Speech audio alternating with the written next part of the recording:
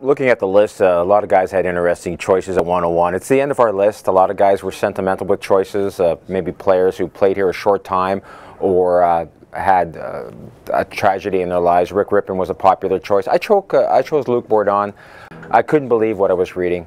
And then, of course, I started doing some quick backpedaling as to what actually occurred on May 29th of 2008 when Luc Bourdon was lost in a tragic motorcycle accident.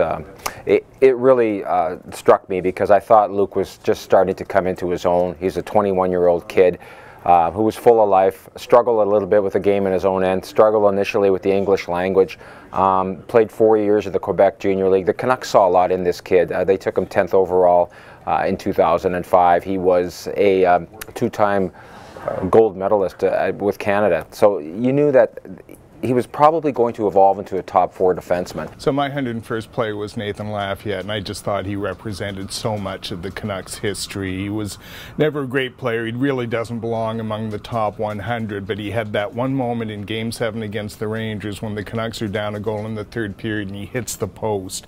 And that could have been, you know, a couple of inches either way. That game goes into overtime. Maybe the Canucks win the Stanley Cup and maybe they finally have their moment. Instead, hits the post, stays out, and that's probably, it's going to, in fact, that is as close as they've gotten in their history. So to me, he just represents so much that, you know, close but not quite, just the frustration of, so much of the frustration of what it's been to follow the Canucks over the years. Well, the 101st Canuck pick was an interesting one for me. I felt it was a little bit of a novelty pick. Lists are usually to 100. 101 is something different. So I went the heritage route. My father's Danish. Paul Popiel was the first Danish player in the NHL, so I put him in there. And then because I could fit Jannik Hansen in as well, I could have a little Danish cluster at the end there for 100. Jannik Hansen and 101, Paul Popiel. It just made poetic sense to me. And plus, he invented the pocket fisherman. Matt Cook, 101. I actually had a bunch of people at 101 before I settled on Matt Cook. At the end of the day, I sort of felt like 101 should be symbolic in some way, shape, or form, and it sounds like a lot of the panelists felt the same way and arrived at that conclusion on their own. I picked Matt Cook 101 overall because he did make his mark on Vancouver Canucks history, not always a positive mark.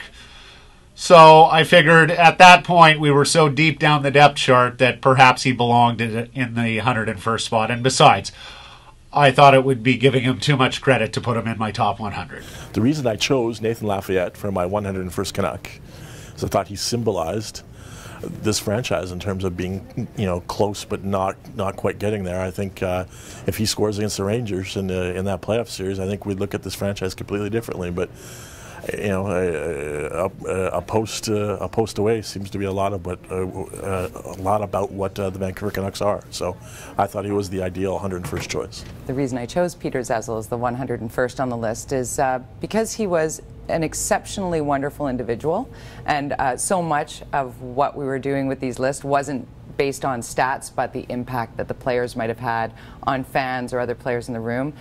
Met him here in Vancouver and also had an opportunity to work with Peter in Toronto. Became a big fan of his, and yes, his early death does come into play. I think he would be honored to know that he was included on that list as the 101st.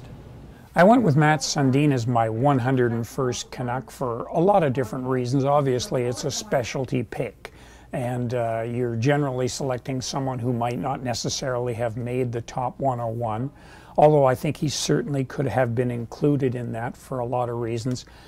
His number of games with the Canucks is minuscule, obviously, but he had a tremendous effect on players around him. Foremost was Ryan Kessler. I think he really helped Kessler become a much, much better hockey player. He lifted the atmosphere in the room enormously.